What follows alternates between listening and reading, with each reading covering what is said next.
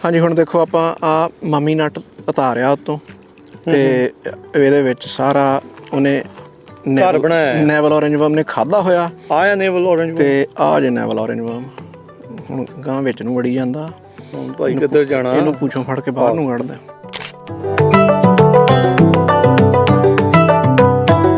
सो इहने हुण जदों भी इहने मैच्योर होना इहने पतंगा बनना उड्डना इहने उड्डना ते इहने आसे पासे उड्ड के ते ਜਿਹੜੇ ਵੀ ਬਦਾਮਾਂ ਦੀ ਹਲ ਸਪਲਿਟ ਹੋਈ ਆ ਉਹਦੇ ਤੇ ਜਾ ਕੇ ਇਹਨੇ ਆਂਡੇ ਦੇਣੇ ਆ। ਇਹ ਹੁਣ ਪਤੰਗਾ ਬਣਨ ਨੂੰ ਇਹਨੂੰ ਕਿੰਨਾ ਟਾਈਮ ਟੁੰਡੀ ਵੀ ਤਾਂ ਵੇਖੋ ਕਿੱਡੀ ਹੋਈ ਪਈ ਐ ਪਲਿਆ ਪਿਆ ਪੂਰਾ ਬਲਿਆ ਪਿਆ ਬਦਾਮ ਖਾਦੇ ਆ। ਹਾਂਜੀ ਫਾਇਰ ਐਂਡ ਦਾ ਮੈਨੂੰ ਪਤਾ ਕਿਉਂਕਿ ਮੇਰੇ ਬੈਕਯਾਰਡ 'ਚ ਵੀ ਬਹੁਤ ਜ਼ਿਆਦਾ ਚੰਗੀਆਂ ਦੰਦੀਆਂ ਵੱਢਦੀਆਂ ਉਹ ਲੜਦੀਆਂ ਬਹੁਤ ਆ ਤੇ ਤਾਂ ਹੀ ਤਾਂ ਉਹਨੂੰ ਫਾਇਰ ਐਂਟ ਕਹਿੰਦੇ ਆ। ਹਾਂ ਸਤਿ ਸ਼੍ਰੀ ਅਕਾਲ ਮੈਂ Rajkaranveer Singh Punjabi radio USA Punjabi TV USA ਦੇ ਉੱਤੇ ਤੁਹਾਡਾ ਸਵਾਗਤ ਕਰਦੇ ਹਾਂ। ਅੱਜ ਫ੍ਰੈਜ਼ਨੋ ਸਟੇਟ ਯੂਨੀਵਰਸਿਟੀ ਦੇ ਖੇਤਾਂ ਦੇ ਵਿੱਚ ਆਏ ਆ ਬਦਾਮਾਂ ਦੇ ਖੇਤਾਂ ਦੇ ਵਿੱਚ। ਬਦਾਮ ਕੈਲੀਫੋਰਨੀਆ ਦੇ ਵਿੱਚ ਸੈਂਟਰਲ ਵੈਲੀ ਦੇ ਵਿੱਚ ਇੱਕ ਬਹੁਤ ਵੱਡਾ ਕ੍ਰੌਪ ਆ ਜਿਸ ਨੂੰ ਬਹੁਤ ਸਾਰੇ ਕਿਸਾਨ ਲਾਉਂਦੇ ਆ। ਅੱਜ ਫ੍ਰੈਜ਼ਨੋ ਸਟੇਟ ਯੂਨੀਵਰਸਿਟੀ ਤੋਂ ਡਾਕਟਰ ਰਣਜੀਤ ਸਿੰਘ ਰਿਆੜ ਉਹਨਾਂ ਦੇ ਨਾਲ ਆਪਾਂ ਗੱਲਬਾਤ ਕਰਾਂਗੇ। ਬਦਾਮਾਂ ਦੀ ਮੈਨੇਜਮੈਂਟ ਕਿੱਦਾਂ ਆ ਇਸ ਟਾਈਮ ਜਦੋਂ ਆਪਾਂ ਇਹ ਗੱਲਬਾਤ ਕਰ ਰਹੇ ਹਾਂ, ਕੀ ਸਥਿਤੀ ਆ ਇਹਨਾਂ ਰੁੱਖਾਂ ਦੀ, ਕੀ ਇਹਦੇ ਵਿੱਚ ਕਮੀਆਂ ਪੇਸ਼ੀਆਂ ਹੈ ਤੇ ਕੀ ਵਧੀਆ ਹੈ ਤੇ ਕੀ ਤੁਸੀਂ ਕਰ ਸਕਦੇ ਆ, ਉਹਦੇ ਬਾਰੇ ਚਰਚਾ ਕਰਦੇ ਹਾਂ। ਆਓ ਗੱਲਬਾਤ ਦੀ ਸ਼ੁਰੂਆਤ ਕਰਦੇ ਹਾਂ। ਸਭ ਤੋਂ ਪਹਿਲਾਂ ਜੀ ਆਇਆਂ ਨੂੰ ਆਖਦੇ ਹਾਂ। ਸਤਿ ਸ਼੍ਰੀ ਅਕਾਲ ਡਾਕਟਰ ਸਾਹਿਬ, ਸਵਾਗਤ ਹੈ। ਸਤਿ ਸ਼੍ਰੀ ਅਕਾਲ ਜੀ। ਹਾਂਜੀ ਸਤਿ ਸ਼੍ਰੀ ਅਕਾਲ ਜੀ, ਮੇਰੇ ਵੱਲੋਂ ਵੀ ਪੰਜਾਬੀ ਰੇਡੀਓ ਦੇ ਸਾਰੇ ਸਰੋਤਿਆਂ ਨੂੰ ਪਿਆਰ ਭਰੀ ਸਤਿ ਸ਼੍ਰੀ ਅਕਾਲ। ਸੋ ਡਾਕਟਰ ਸਾਹਿਬ ਅੱਜ ਆਪਾਂ ਯੂਨੀਵਰਸਿਟੀ ਦੇ ਬਦਾਮਾਂ ਦੇ ਖੇਤਾਂ 'ਚ ਆ। ਇਹ ਬਾਰਸਟੋ ਦੇ ਉੱਤੇ ਜਿਹੜਾ ਇਹ ਬਦਾਮਾਂ ਦਾ ਖੇਤ ਆ ਯੂਨੀਵਰਸਿਟੀ ਦਾ ਆ। ਵੇਖਣ ਨੂੰ ਲੱਗ ਰਹੇ ਕਾਫੀ ਓਲਡ ਨੇ, ਹੋ ਗਿਆ ਹੋਊਗਾ ਦਹਾਕੇ ਕੁ ਪੁਰਾਣੇ ਜਿਹੜੇ ਟਰੀ ਲੱਗਦੇ ਆ ਵੇਖਣ ਨੂੰ। ਹਾਂਜੀ ਮੈਨੂੰ ਐਗਜ਼ੈਕਟ ਏਜ ਨਹੀਂ ਪਤਾ ਪਰ 10 ਸਾਲ ਪੁਰਾਣੇ ਹੈਗੇ ਨੇ ਬਦਾਮਾਂ ਦੇ ਟਰੀ। ਇਹ ਨੀਮਾਗਾਰਡ ਰੂਟ ਸਟਾਕ ਤੇ ਨੇ ਤੇ ਮੋਨਰੇ ਤੇ ਨਾਨ ਪਰੇਲ ਵੈਰਾਈਟੀਜ਼ ਜਿਹੜੀਆਂ ਨੇ ਉਹ ਵੱਖਰੀਆਂ ਰੋਜ਼ ਦੇ ਵਿੱਚ ਐਜ਼ ਅ ਪੋਲੀਨੇਟਰ ਜਿੱਦਾਂ ਯੂਜ਼ ਕੀਤੀਆਂ। ਸੋ ਕ੍ਰਾਸ ਪੋਲੀਨੇਸ਼ਨ ਹੁੰਦੀ ਹੈ ਨਾ। ਹਾਂਜੀ ਮਤਲਬ ਕਈ ਵੈਰਾਈਟੀਆਂ ਜਿਹੜੀਆਂ ਨੇ ਉਹ ਇਦਾਂ ਦੀਆਂ ਵੀ ਉਹ ਸੈਲਫ ਇਨਕੰਪੈਟੇਬਲ ਹੁੰਦੀਆਂ ਆ। ਠੀਕ ਹੈ। ਸੋ ਉਹਨਾਂ ਨੂੰ ਇੱਕ ਸਪੈਸੀਫਿਕ ਪੋਲੀਨੇਟਰ ਚਾਹੀਦਾ ਹੁੰਦਾ ਆ। ਸੋ ਉਹ ਮੇਨ ਰੋਜ਼ ਜਿਹੜੀਆਂ ਲਾਉਣ ਤੋਂ ਬਾਅਦ ਚ ਤੀਜੀ ਚੌਥੀ ਰੋ ਜਾਂ ਦੂਜੀ ਰੋ ਇਦਾਂ ਕਰਕੇ ਜਾਂ ਵਿੱਚ ਕਿਤੇ ਜਿਹੜਾ ਪੋਲੀਨੇਟਰ ਹੁੰਦਾ ਆ ਉਹ ਵੱਖਰੀ ਵੈਰਾਈਟੀ ਹੁੰਦੀ ਆ ਜਿਹਦਾ ਪੋਲਨ ਉਹਦੇ ਨਾਲ ਇਸ ਫੁੱਲ ਨੂੰ ਪੋਲੀਨੇਟ ਕਰਕੇ ਫਿਰ ਫਰੂਟ ਬਣਦਾ। ਫਰੂਟ ਜਿਹੜਾ ਉਹ ਬਣਦਾ। ਕਈ ਵੈਰਾਈਟੀਜ਼ ਜਿਹੜੀਆਂ ਨੇ ਉਹ ਸੈਲਫ ਕੰਪੈਟੇਬਲ ਹੁੰਦੀਆਂ ਨੇ, ਉਹਨਾਂ ਦੇ ਵਿੱਚ ਤੁਹਾਨੂੰ ਹੋਰ ਲਾਉਣ ਦੀ ਲੋੜ ਨਹੀਂ ਪੈਂਦੀ। ਉਹ ਕੱਲਾ ਫਿਰ ਇੱਕੋ ਲੱਗ ਜਾਂਦਾ, ਪੂਰਾ ਇੱਕ ਟੱਕ ਸੇਮ ਹੀ ਹੁੰਦਾ। ਹਾਂਜੀ ਉਹ ਚ ਸਾਰੀ ਇੱਕੋ ਵੈਰਾਈਟੀ ਹੁੰਦੀ ਆ। ਦੇਖ ਕੇ ਕਿਦਾਂ ਲੱਗ ਰਿਹਾ ਇਸ ਵਾਰ ਸੀਜ਼ਨ ਦੇ ਵਿੱਚ 2024 ਦਾ ਸੀਜ਼ਨ ਬਦਾਮ ਕਿੰਨੇ ਕੁ ਲੱਗ ਕੇ ਕਿਦਾਂ ਦੇਖ ਕੇ ਲੱਗ ਰਿਹਾ? ਸੋ ਅੱਜ 30 ਮਈ ਆ। ਹਾਂਜੀ ਤੇ ਜੂਨ ਡ੍ਰੌਪ ਨਾਂ ਦੀ ਇੱਕ ਚੀਜ਼ ਹੁੰਦੀ ਆ ਪਰ ਇਸ ਖੇਤ ਦੇ ਵਿੱਚ ਡ੍ਰੌਪ ਜਿਹੜਾ ਹੋਣਾ ਸੀਗਾ ਆਲਰੇਡੀ ਹੋ ਚੁੱਕਾ। ਆਪਾਂ ਤੁਹਾਨੂੰ ਅੱਗੇ ਦਿਖਾਵਾਂਗੇ ਫਲੋਰ ਦੇ ਉੱਤੇ ਜਿਹੜੇ ਛੋਟੇ ਨਟਸ ਜਿਹੜੇ ਡਿੱਗੇ ਪਏ ਆ, ਪਰ ਜਿੰਨੇ ਵੀ ਨਟ ਹੁਣ ਟਰੀ ਦੇ ਉੱਤੇ ਹੈਗੇ ਆ ਉਹ ਕਾਫੀ ਗਿਣਤੀ ਵੀ ਇਹਨਾਂ ਦੀ ਚੰਗੀ ਆ ਤੇ ਸਾਈਜ਼ ਵੀ ਕਾਫੀ ਵਧੀਆ ਆ। ਕਹਾਂਗੇ ਵੀ ਐਕਸੈਪਟੇਬਲ ਜਾਂ ਗੁੱਡ ਕ੍ਰੌਪ ਹੋਊਗੀ। ਠੀਕ ਹੈ। ਹਾਂਜੀ so good grade good crop ਹੋਊਗੀ ਜੇ ਸਾਰਾ ਕੁਝ ਠੀਕ ਰਿਹਾ ਐਂਡ ਤੱਕ ਝਾੜ ਤੱਕ। ਹਾਂਜੀ ਜੇ 1.5 ਮਹੀਨਾ ਅਗਲਾ ਕੋਈ ਪ੍ਰੋਬਲਮ ਨਹੀਂ ਆਉਂਦੀ, ਕੋਈ ਇਨਸੈਕਟ ਅਟੈਕ, ਕੋਈ ਨੇਵਲ ਔਰੇਂਜ ਵਰਮ ਜਾਂ ਕੋਈ ਹੋਰ ਪ੍ਰੋਬਲਮ ਜ਼ਿਆਦਾ ਨਹੀਂ ਆਉਂਦੀਆਂ ਤੇ ਫਿਰ ਤਾਂ ਉਮੀਦ ਕਰਦੇ ਹਾਂ ਵੀ ਕਾਫੀ ਵਧੀਆ। ਮਈ ਜੂਨ ਦਾ ਹੁਣ ਜਿੱਦਾਂ ਜੂਨ ਦਾ ਮਹੀਨਾ ਆਉਣਾ ਆ, ਸੋ ਐਲੀਮੈਂਟ ਦੇ ਸੀਜ਼ਨ ਦੇ ਲਈ ਕਿਹੜੀਆਂ ਚੀਜ਼ਾਂ ਦਾ ਧਿਆਨ ਜਿਹੜਾ ਉਹ ਰੱਖਣਾ ਜ਼ਰੂਰੀ ਹੁੰਦਾ? ਦੇਖੋ ਜੀ ਇਸ ਸਟੇਜ ਤੇ ਜਿੱਦਾਂ ਹੁਣ ਬਦਾਮ ਬਣ ਚੁੱਕੇ ਆ ਪਰ it's not in the bank yet. ਅਜੇ ਵੀ ਬਹੁਤ ਕੁਝ ਵਿਗੜ ਸਕਦਾ ਤੇ ਉਹ ਜਿਹੜੀਆਂ ਵਿਗੜਨ ਵਾਲੀਆਂ ਚੀਜ਼ਾਂ ਉਹਨਾਂ 'ਚ ਸਭ ਤੋਂ ਜ਼ਿਆਦਾ ਖਤਰਨਾਕ ਜਿਹੜੀ ਆ ਉਹ ਹੈਗੀ ਆ ਨੇਵਲ ਔਰੇਂਜ ਵਰਮ। ਸੋ ਨੇਵਲ ਔਰੇਂਜ ਵਰਮ ਦੀ ਜਿਹੜੀ ਫਲਾਈਟ ਆ ਉਹ 3-4 ਵਾਰੀ ਹੁੰਦੀ ਆ ਸਾਲ ਦੇ ਵਿੱਚ ਡਿਪੈਂਡਿੰਗ ਔਨ ਟੈਂਪਰੇਚਰ। ਠੀਕ ਹੈ। ਤੇ ਉਹਦੇ ਜਿਹੜੀਆਂ ਮੱਖੀਆਂ ਉੱਡ ਕੇ ਜਿਵੇਂ ਇਹਨਾਂ ਦੇ ਬਦਾਮਾਂ ਦੀ ਹਲ ਸਪਲਿਟ ਹੋਣੀ ਆ ਕਿ ਨਹੀਂ, ਠੀਕ ਹੈ, ਉਹਦੇ ਵਿੱਚ ਜਿੱਥੋਂ ਇਹਨੇ ਕ੍ਰੈਕ ਪਾਉਣਾ ਸ਼ੁਰੂ ਹੋਣਾ ਤੇ ਜਦੋਂ ਇਹਨੇ ਪਾਟਣਾ ਸ਼ੁਰੂ ਕਰਨਾ ਕਿ ਨਹੀਂ ਤੇ ਉਹ ਇੱਕ ਵਧੀਆ ਫੀਡਿੰਗ ਸਾਈਟ ਤੇ ਐਂਟਰੀ ਸਾਈਟ ਬਣ ਜਾਂਦੀ ਆ। ਆਂਡੇ ਉਹਨੇ ਉਹਦੇ ਵਿੱਚ ਦੇਣੇ ਜਾਗੇ। ਸੋ ਜਦੋਂ 4 ਦਿਨ ਤੋਂ ਲੈ ਕੇ ਤੇ ਕਈ ਵਾਰੀ ਤਾਂ 23 ਦਿਨ ਬਟ ਜਦੋਂ ਗਰਮੀ ਪੂਰੀ ਹੁੰਦੀ ਤੇ 4-5 ਦਿਨਾਂ ਚ ਅੰਡਿਆਂ ਚੋਂ ਸੁੰਡੀਆਂ ਨਿਕਲ ਆਉਂਦੀਆਂ। ਇੰਨੀ ਤੇਜ਼ ਤੇ ਸੁੰਡੀਆਂ ਜਿਹੜੀਆਂ ਫਿਰ ਉਹ ਨਾਲ ਹੀ ਖਾਣੀਆਂ ਸ਼ੁਰੂ ਕਰ ਦਿੰਦੀਆਂ ਕਿਉਂਕਿ ਸ਼ੈਲ ਅਜੇ ਪੂਰਾ ਸਟਰੋਂਗ ਨਹੀਂ ਹੋਇਆ ਹੁੰਦਾ। ਵਿੱਚ ਵੇਖਣ ਨੂੰ ਲੱਗਦਾ ਵੀ ਨਟ ਹੋਊਗਾ ਪਰ ਅੰਦਰੋਂ ਖਾਦਾ ਹੋਇਆ ਹੁੰਦਾ।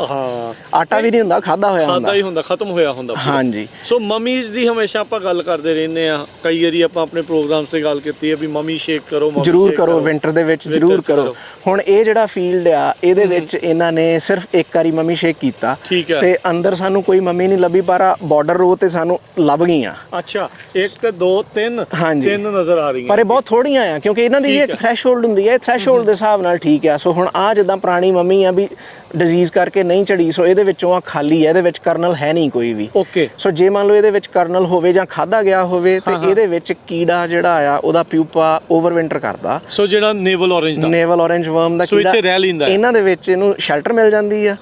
ਰਾਸ਼ਨ ਦਾ ਪਾਣੀ ਸੋਰਸ ਵੀ ਬਿਲਕੁਲ ਕੋਲ ਆ ਤੇ ਹਾਂਜੀ ਇਹਦੇ ਵਿੱਚ ਇਹ ਵੀ ਖਾਲੀ ਆ, ਖਾਦਾ ਆ। ਸੋ ਆਪਾਂ ਹੁਣ ਝਾੜ ਹੀ ਦਿੰਨੇ ਆ, ਰੱਖਣੇ ਹਾਂਜੀ। ਸੋ ਮੈਂ ਇਹ ਦੇਖਣਾ ਇਹਦੇ ਵਿੱਚ ਹੈ ਬਈ ਇਹਦੇ ਵਿੱਚ ਜੇ ਕੁਝ ਬਚਿਆ ਹੋਇਆ ਹੋਵੇ। ਨਹੀਂ, ਇਹ ਵੀ ਖਾਲੀ ਲੱਗਦਾ ਹੈ, ਇਹਦੇ ਵਿੱਚ ਬਸ ਉਹ ਵੈਬਿੰਗ ਜੀ ਹੈ। ਹਾਂਜੀ। ਸੋ ਇਹਦੇ ਵਿੱਚ ਹੈ ਕੁਝ ਨਹੀਂ, ਸਪਾਈਡਰ ਹੀ ਸੀ ਇਹਦੇ ਵਿੱਚ। ਹਾਂਜੀ ਠੀਕ ਹੈ। ਤੇ ਉਹਦੇ ਕਰਕੇ ਜੇ ਇਹ ਠੀਕ ਹੋਣ, ਕਹਿ ਲਓ ਵੀ ਵਿੱਚ ਨਟ ਰਹਿ ਗਿਆ ਹੋਵੇ ਜਾਂ ਪਿਊਪਾ ਹੋਵੇ, ਸੋ ਇਹ ਹੌਟਸਪੌਟ ਬਣ ਜਾਂਦਾ ਆ। ਇਹਦੇ ਵਿੱਚ ਬਰੀਡਿੰਗ ਗਰਾਊਂਡ ਬਣ ਜਾਂਦੀਆਂ। ਜੇ ਹੁਣ ਤੁਹਾਡੇ ਔਰਚਰਡ ਦੇ ਵਿੱਚ ਤੁਸੀਂ ਵਿੰਟਰ ਸ਼ੇਕ ਨਹੀਂ ਕੀਤਾ ਤੇ ਬੂਟੇ ਦੇ ਉੱਤੇ 50 ਤੋਂ 20-50 ਮਮੀ ਨਟ ਹਰੇਕ ਬੂਟੇ ਤੇ ਜੇ ਹੋਣ ਤੇ ਉੱਥੇ ਤੁਸੀਂ ਜਿੰਨਾ ਮਰਜ਼ੀ ਜ਼ੋਰ ਲਾ ਲਓ, ਤੁਹਾਡਾ ਨੇਵਲ ਔਰੇਂਜ ਵਰਮ ਕੰਟਰੋਲ ਬਹੁਤ ਔਖਾ ਹੋਣਾ ਹੀ ਨਹੀਂ, ਬਹੁਤ ਔਖਾ ਹੋਣਾ। ਪਰ ਜੇ ਤੁਸੀਂ ਸੈਨੀਟੇਸ਼ਨ ਕਰ ਦਿੰਦੇ ਜੇ, ਫਿਰ ਤੁਹਾਨੂੰ ਤੇ ਤੁਹਾਡੇ ਆਲੇ ਦੁਆਲੇ ਦੇ ਗਰੋਅਰਸ ਨੇ ਵੀ ਕੀਤੀ ਆ, ਫਿਰ ਉੱਥੇ ਇਨੀਸ਼ੀਅਲ ਪ੍ਰੈਸ਼ਰ ਜਿਹੜਾ ਉਹੀ ਇੰਨਾ ਕੁ ਘੱਟ ਹੋ ਜਾਂਦਾ ਵੀ ਤੁਸੀਂ ਸਿਰਫ ਮੋਨੀਟਰ ਕਰਦੇ ਰਹੋ, ਸਕਾਊਟਿੰਗ ਕਰਦੇ ਰਹੋ ਵੀ ਆ ਤਾਂ ਨਹੀਂ ਰਿਹਾ। ਜੇ ਆ ਰਿਹਾ ਜਾਂ ਟ੍ਰੈਪਸ ਹੁੰਦੇ, ਫੈਰੋਮੋਨ ਟ੍ਰੈਪਸ ਹੁੰਦੇ, ਮੇਲ ਦਾ ਵੀ ਹੁੰਦਾ ਆ, ਫੀਮੇਲ ਦਾ ਵੀ ਹੁੰਦਾ ਆ, ਤਾਂ ਜੋ ਫਿਰ ਸੋ ਉਹ ਜਦੋਂ ਤੁਸੀਂ ਉਹਨਾਂ ਨੂੰ ਟ੍ਰੈਪ ਮੋਨੀਟਰ ਕਰਦੇ ਜੇ, ਤੁਹਾਨੂੰ ਪਤਾ ਲੱਗ ਜਾਂਦਾ ਵੀ ਕਿੰਨੇ ਉੜਦੇ ਫਿਰਦੇ ਆ, ਤੇ ਉਹਦੇ ਹਿਸਾਬ ਨਾਲ ਤੁਸੀਂ ਜਾਂ ਮੀਟਿੰਗ ਡਿਸਟਰਪਸ਼ਨ ਕਰ ਸਕਦੇ ਜੇ, ਜਾਂ ਜਿਵੇਂ ਗਾਂ ਹਲ ਸਪਲਿਟ ਸ਼ੁਰੂ ਹੋਣੀ ਆ ਉਦੋਂ ਤੁਸੀਂ ਇਨਸੈਕਟੀਸਾਈਡ ਸਪਰੇਜ਼ ਜਿਹੜੀਆਂ ਰეკਮੈਂਡਡ ਉਹ ਕਰ ਸਕਦੇ ਜੇ, ਤਾਂ ਕਿ ਇਸ ਸਾਲ ਦੀ ਫਸਲ ਨੂੰ ਕੋਈ ਨੁਕਸਾਨ ਨਾ ਹੋਵੇ। ਸੋ ਇਸ ਮੌਕੇ ਹੁਣ ਜੂਨ ਦੇ ਮਹੀਨੇ ਦੇ ਵਿੱਚ ਡਾਕਟਰ ਸਾਹਿਬ ਕਿਹੜੀ ਚੀਜ਼ ਦਾ ਵਕਤ ਆ? ਸਕਾਊਟਿੰਗ ਆਪਾਂ ਕਰ ਰਹੇ ਆ, ਦੇਖ ਰਹੇ ਆ, ਕੋਈ ਸਪਰੇਅ ਦਾ ਵੀ ਵਕਤ ਆ, ਫਰਟੀਲਾਈਜ਼ਰ ਦਾ ਜਾਂ ਕਾਹਦਾ? ਹਾਂਜੀ, ਫਰਟੀਲਾਈਜ਼ਰ ਦੇ ਹਿਸਾਬ ਨਾਲ ਦੇਖੋ ਜੀ, ਜਿਹੜੀ ਨਾਈਟ੍ਰੋਜਨ ਹੈ, ਕਿਉਂਕਿ ਬੂਟੇ ਨੇ ਅਜੇ ਵੀ ਗਰੋ ਕਰਨਾ ਆ, ਅਗਲੇ ਸਾਲ ਵਾਸਤੇ ਵੀ ਇਹਨੂੰ ਨਾਈਟ੍ਰੋਜਨ, ਜਿਹੜੇ ਅਗਲੇ ਸਪਰ ਬਣਨੇ ਆ, ਅਗਲੀਆਂ ਫਰੂਟਿੰਗ ਸਾਈਡ ਬਣਨੀ ਆ, ਉਹਦੇ ਵਾਸਤੇ ਨਾਈਟ੍ਰੋਜਨ ਦੀ ਲੋੜ ਪੈਣੀ ਆ। ਤੇ ਹਾਰਵੈਸਟ ਤੱਕ ਜੂਨ ਦੇ ਮਹੀਨੇ 'ਚ ਜਿੰਨੀ ਵੀ ਨਾਈਟ੍ਰੋਜਨ ਤੁਹਾਡੀ ਰეკਮੈਂਡਡ ਡੋਜ਼ ਬਣਦੀ ਸੀਗੀ ਉਹ ਖਤਮ ਹੋ ਜਾਣੀ ਚਾਹੀਦੀ ਆ। ਓਕੇ। ਕਿਉਂਕਿ ਨਟਸ ਜਿਵੇਂ ਗਰੋ ਕਰ ਰਹੇ ਆ, ਇਹਨਾਂ 'ਚ ਕਾਫੀ ਪ੍ਰੋਟੀਨ ਬਣਨਾ ਹੁੰਦਾ, ਪ੍ਰੋਟੀਨ ਵਾਸਤੇ ਜਿਹੜੀ ਉਹ ਨਾਈਟ੍ਰੋਜਨ ਦੀ ਲੋੜ ਪੈਂਦੀ ਆ। ਠੀਕ ਹੈ। ਤੇ ਉਹ ਨਾਈਟ੍ਰੋਜਨ ਜਿੰਨੀ ਵੀ ਆ ਉਹ ਇਸ ਮਹੀਨੇ ਦੇ ਵਿੱਚ ਕੰਪਲੀਟ ਹੋ ਜਾਣੀ ਚਾਹੀਦੀ ਹੈ। ਸੋ ਜੂਨ ਤੱਕ ਹੁਣ ਮਈ ਦੇ ਐਂਡ ਤੱਕ ਫਿਨਿਸ਼ ਕਰ ਦੇਣੀ? ਜੂਨ ਤੱਕ, ਹਾਂਜੀ, ਜੂਨ ਦੇ ਵਿੱਚ ਕੰਪਲੀਟ ਹੋ ਜਾਣੀ ਚਾਹੀਦੀ ਹੈ। ਜਿੰਨਾ ਵੀ ਤੁਸੀਂ ਬੂਟੇ ਨੂੰ ਪਾਉਣੀ ਹੈ, ਜਿੰਨੀ ਵੀ ਤੁਹਾਡੀ ਯੀਲਡ ਐਕਸਪੈਕਟੇਸ਼ਨ ਦੇ ਹਿਸਾਬ ਨਾਲ ਰეკਮੈਂਡਡ ਡੋਜ਼ ਬਣਦੀ ਸੀਗੀ, ਤੇ ਜਿੰਨੀ ਵੀ ਤੁਹਾਡੀ ਰਹਿ ਗਈ ਆ ਤੁਸੀਂ ਪਿਛਲੇ ਮਹੀਨਿਆਂ ਦੇ ਵਿੱਚ ਜਿਹੜੀ ਨਹੀਂ ਪਾਈ ਜਾਂ ਸਪਲਿਟ ਕਰਕੇ ਪਾ ਰਹੇ ਜੇ ਥੋੜੀ, ਉਹ ਹੁਣ ਫਿਨਿਸ਼ ਕਰ ਦਿਓ ਉਹਨੂੰ। ਆਪਾਂ ਹੁਣ ਉਸ ਟਾਈਮ ਦੇ ਉੱਤੇ ਗੱਲ ਕਰ ਰਹੇ ਆ, ਕੈਲੀਫੋਰਨੀਆ ਦੇ ਵਿੱਚ ਕਦੀ ਡਰਾਊਟ ਹੋਇਆ ਜਾਂਦਾ ਆ, ਕਦੀ ਇਹ ਆ, ਪਰ ਹੁਣ ਪਿਛਲੇ 2 ਸੀਜ਼ਨ ਵਧੀਆ ਰਹੇ ਆ, ਮੀਂਹ ਸੋਹਣੇ ਪਏ ਆ, ਸਿਆਲ 'ਚ ਮੀਂਹ ਕਾਫੀ ਪੈ ਗਿਆ, ਨਹਿਰੀ ਪਾਣੀ ਵੀ ਸੋਹਣਾ ਆ ਰਿਹਾ ਆ। ਇਰੀਗੇਸ਼ਨ ਨੂੰ ਲੈ ਕੇ ਵੀ ਆਪਾਂ ਦੇਖ ਰਹੇ ਆ ਵੀ ਇੱਥੇ ਜਿਹੜਾ ਡ੍ਰਿਪ ਸਿਸਟਮ ਆ ਉਹ ਚੱਲ ਰਿਹਾ ਆ, ਕੰਟੀਨਿਊਸਲੀ ਪਾਣੀ ਚੱਲਦਾ ਰਹਿੰਦਾ? ਨਹੀਂ, ਮੋਨੀਟਰ ਕਰਦੇ ਨੇ। ਸੋ ਜਿਵੇਂ ਹੁਣ ਗਰਮੀ ਆ, ਹੁਣ 90-95 ਨੂੰ ਟੈਂਪਰੇਚਰ ਟੱਚ ਕਰਨਾ ਆ, ਅਗਲੇ ਹਫਤੇ ਕਿਤੇ 100 ਨੂੰ ਵੀ ਜਾਣਾ ਆ। ਹਾਂਜੀ। ਸੋ ਜਦੋਂ ਇਹਦਾ ਟੈਂਪਰੇਚਰ ਇੰਨਾ ਜ਼ਿਆਦਾ ਹੋ ਜਾਂਦਾ ਆ ਤੇ ਤੁਸੀਂ ਈਵਨ ਅਜੇ ਤੱਕ ਤੇ ਕੋਈ ਸਟ੍ਰੈਸ ਨਹੀਂ ਦੇਣਾ ਬੂਟੇ ਨੂੰ, ਪਰ ਜਦੋਂ ਹਲ ਸਪਲਿਟ ਸ਼ੁਰੂ ਹੋ ਜਾਂਦੀ ਆ ਉਸ ਤੋਂ ਬਾਅਦ ਤੁਸੀਂ ਥੋੜਾ ਜਿਹਾ ਡੈਫਿਸਿਟ ਇਰੀਗੇਸ਼ਨ ਕਰ ਸਕਦੇ ਜੇ। ਉਹਦੇ ਨਾਲ ਫਿਰ ਸਾਰੀ ਹਲ ਸਪਲਿਟ ਛੇਤੀ ਹੋ ਜਾਂਦੀ ਆ, ਬੂਟੇ ਦੀ ਜਿਹੜੀ ਮੈਚੁਰਿਟੀ ਆ ਉਹ ਯੂਨੀਫਾਰਮਿਟੀ ਹੋ ਜਾਂਦੀ ਆ, ਯੂਨੀਫਾਰਮ ਹੋ ਜਾਂਦੀ ਹੈ, ਤੇ ਹਾਰਵੈਸਟ ਜਿਹੜੀ ਹੈ, ਸ਼ੇਕਿੰਗ ਜਿਹੜੀ ਸੌਖੀ ਹੋ ਜਾਂਦੀ ਹੈ। ਪਰ ਅਜੇ ਨਟ ਗਰੋ ਕਰ ਰਹੇ ਆ, ਅਜੇ ਹਲ ਸਪਲਿਟ ਹੋਇਆ ਨਹੀਂਗਾ। ਸੋ ਇਸ ਸਟੇਜ ਤੇ ਕੋਈ ਵੀ ਸਟ੍ਰੈਸ ਤੁਸੀਂ ਨਹੀਂ ਦੇਣਾ, ਅਵੋਇਡ ਕਰਨਾ। ਮਮੀਜ਼ ਨੂੰ ਸਪੌਟ ਕਰੋ ਹੈਗੇ ਆ, ਤੇ ਹੁਣ ਤਾਂ ਵੈਸੇ ਝਾੜ ਤਾਂ ਸਕਦੇ ਨਹੀਂ, ਉਹ ਤਾਂ ਹੱਥ ਨਾਲ ਹੀ ਝਾੜਦੇ ਪੈਣੇ ਆ। ਮਤਲਬ ਹੁਣ ਤਾਂ ਕੋਈ ਇਟਸ ਅ ਡਨ ਡੀਲ, ਪਰ ਇਸ ਔਰਚਰਡ ਦੇ ਵਿੱਚ ਤਾਂ ਕਾਫੀ ਸਾਫ਼ ਸੀਗਾ। ਸੋ ਇਹਨਾਂ ਨੇ ਕਾਫੀ ਵਧੀਆ ਮੈਨੇਜਮੈਂਟ ਰੱਖੀ ਆਪਣੀ, ਤੇ ਮਮੀ ਸ਼ੇਕ ਕੀਤਾ ਇਹਨਾਂ ਨੇ ਵਿੰਟਰ ਦੇ ਵਿੱਚ। ਮੈਂ ਡਰਾਈਵ ਅਰਾਊਂਡ ਕਰਦਿਆਂ ਦੇਖਿਆ ਕਈ ਔਰਚਰਡਸ ਤੇ ਮੈਨੇਜਰਸ ਨੇ ਪੋਲਿੰਗ ਵੀ ਕੀਤੀ ਹੈ ਵੀ ਡੰਡੇ ਨਾਲ ਵੀ ਝਾੜੇ ਆ ਜਿਹੜੇ ਰਹਿ ਗਏ ਆ, ਕਿਉਂਕਿ ਜਦੋਂ ਸਪਰ ਅਜੇ ਬਲੂਮ ਨਹੀਂ ਸ਼ੁਰੂ ਹੁੰਦਾ ਉਸ ਤੋਂ ਪਹਿਲਾਂ ਤੁਸੀਂ ਜਿੱਦਾਂ ਢਾਂਗੀ ਹੁੰਦੀ ਆ ਉਦਾਂ ਦੀ ਡੰਡੇ ਨਾਲ, ਸ਼ੈਫਰਡ ਕਰੁੱਕ ਦੇ ਨਾਲ ਉਹਨੂੰ ਫੜ ਕੇ ਤੇ ਝਾੜੀ ਜਾਓ ਨਾਲ। ਤੇ ਉਹ ਪਰ ਤਾਂ ਜੇ ਤੁਸੀਂ ਸ਼ੇਕ ਨਹੀਂ ਕਰ ਸਕੇ ਸੀਗੇ ਜਦੋਂ, ਕਿਉਂਕਿ ਪੈਲੀਆਂ ਗਿੱਲੀਆਂ ਸੀਗੀਆਂ, ਵਿੱਚ ਤੁਹਾਡਾ ਇਕਵਿਪਮੈਂਟ ਨਹੀਂ ਵੜ ਸਕਦਾ, ਤੇ ਉਦੋਂ ਫਿਰ ਮੈਨੂਅਲੀ ਵੀ ਕਈਆਂ ਨੇ ਜਿਨ੍ਹਾਂ ਦੇ ਹੁਣ ਕੀਤਾ। ਮਮੀ ਰਹਿ ਗਈਆਂ ਹੋਣਗੀਆਂ ਜਾਂ ਜਿਨ੍ਹਾਂ ਦੇ ਨੇਵਲ ਔਰੇਂਜ ਦਾ ਤੁਸੀਂ ਕਹਿੰਦੇ ਵੀ ਜਿੱਦਾਂ ਖਤਰੇ ਦਾ ਸਮਾਂ ਆ, ਹਾਂਜੀ, ਕੀ ਹੁਣ ਉਹਨਾਂ ਨੂੰ ਇਹ ਕੋਈ ਸਪਰੇਅ ਕਰਨੀ ਚਾਹੀਦੀ ਹੈ? ਹਾਂਜੀ, ਉਹਦੀਆਂ ਰეკਮੈਂਡਡ ਸਪਰੇਜ਼ ਹੈਗੀਆਂ ਨੇ, ਪਰ ਸਪਰੇਅ ਕਰਨ ਤੋਂ ਪਹਿਲਾਂ ਤੁਹਾਨੂੰ ਸਕਆਊਟਿੰਗ ਕਰਨੀ ਜ਼ਰੂਰੀ ਆ। ਪਹਿਲਾਂ ਦੇਖੋ ਵੀ ਥ੍ਰੈਸ਼ਹੋਲਡ ਲੈਵਲ ਕਿੰਨਾ ਆ। ਹਰੇਕ ਇਨਸੈਕਟ ਦਾ ਇੱਕ ਥ੍ਰੈਸ਼ਹੋਲਡ ਲੈਵਲ ਹੁੰਦਾ ਵੀ ਉੱਥੇ ਤੱਕ ਤੁਸੀਂ ਡੈਮੇਜ ਚੱਲ ਸਕਦੇ ਜੇ। ਠੀਕ ਹੈ। ਉਸ ਤੋਂ ਬਾਅਦ ਚ ਜਿਹੜਾ ਆ ਉਹ ਤੁਹਾਡੀ ਜਿਹੜੀ ਐਪਲੀਕੇਸ਼ਨ ਹੈ ਉਹ ਕਾਸਟ ਇਫੈਕਟਿਵ ਹੋ ਜਾਂਦੀ ਆ।